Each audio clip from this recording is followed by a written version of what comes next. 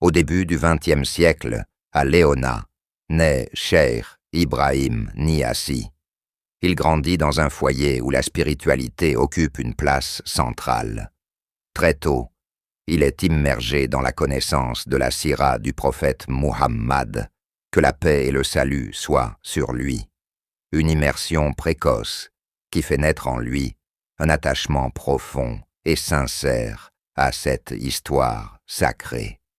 Cet amour, enraciné dès l'enfance, ne cessera de croître avec le temps.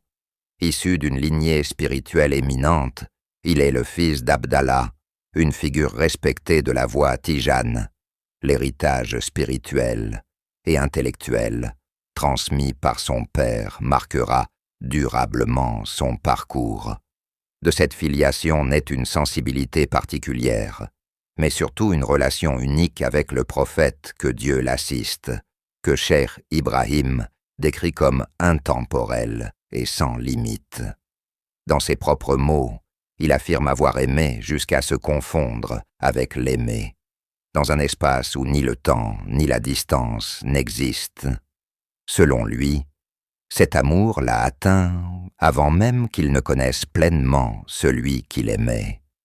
Il s'agit là d'un degré d'amour supérieur, une relation spirituelle profonde, que l'on retrouve à plusieurs reprises dans sa poésie.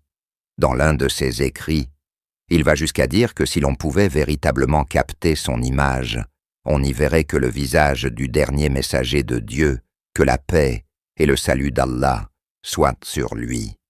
Tant son être s'est fondu dans cet amour prophétique.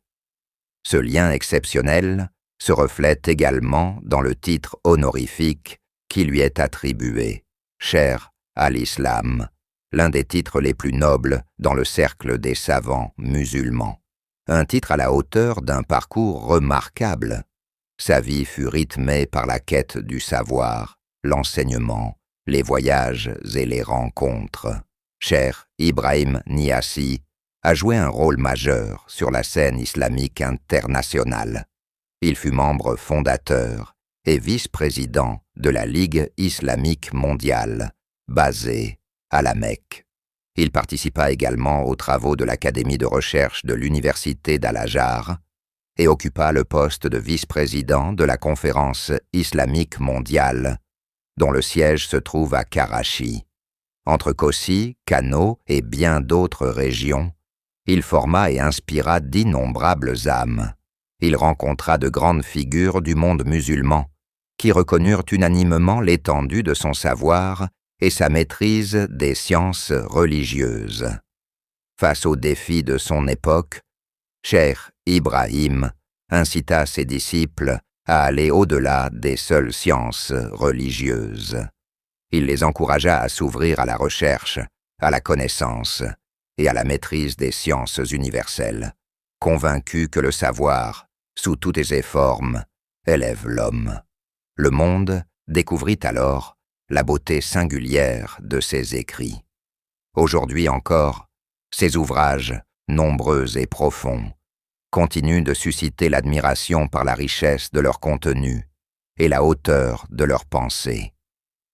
Avant de quitter ce monde, en 1975, à Londres, à l'hôpital Saint-Thomas, il laissa entendre que toute sa culture et tout son savoir pouvaient se résumer à une seule mission: célébrer le prophète Muhammad, que la paix et le salut d'Allah soient sur lui, et mettre en lumière ses vertus et ses mérites.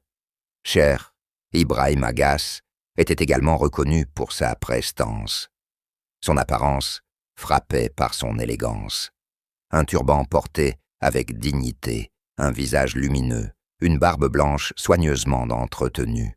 Mais au-delà de cette beauté extérieure, c'est surtout sa beauté intérieure qui marquait les esprits. Une beauté faite de bonté, de douceur et de générosité.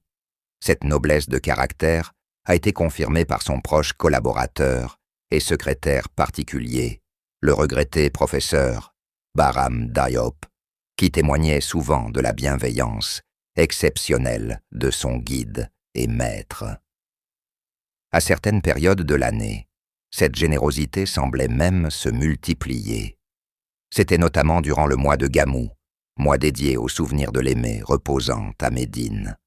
Par amour pour le prophète, que la paix et le salut d'Allah soient sur lui, Cheikh Ibrahim alla jusqu'à donner à sa ville le nom de Médina.